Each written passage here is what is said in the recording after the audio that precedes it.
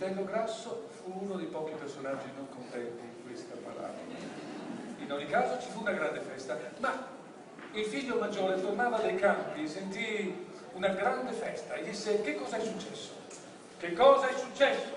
Che se tornava vostro fratello? Ah sì? È tornato quel farabutto che ha speso tutte le mie fortune. Per carità, che rabbioso che sei, signore.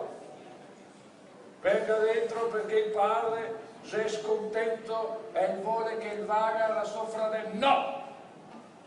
Che brutto muso. Il pubblico si domanderà se io non ero anche il mandriano della parabola precedente, c'è vero?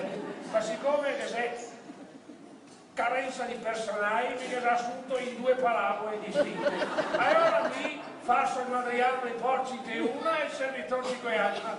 Insomma, il problema è che quello della prima parabola mi dice che mi paga la cosa della seconda, e cosa della seconda cosa della prima, e mi scheno e le vedo mai.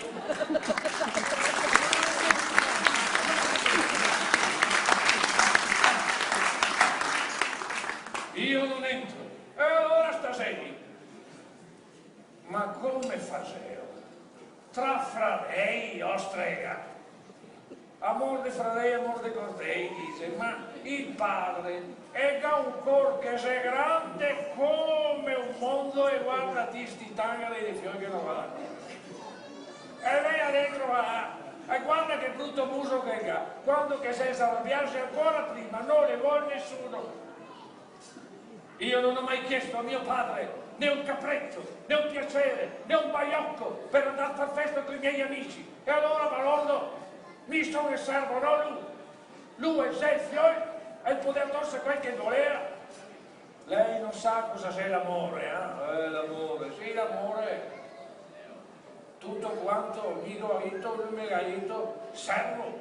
Egli è stato un servo, non un figlio. Ecco il problema.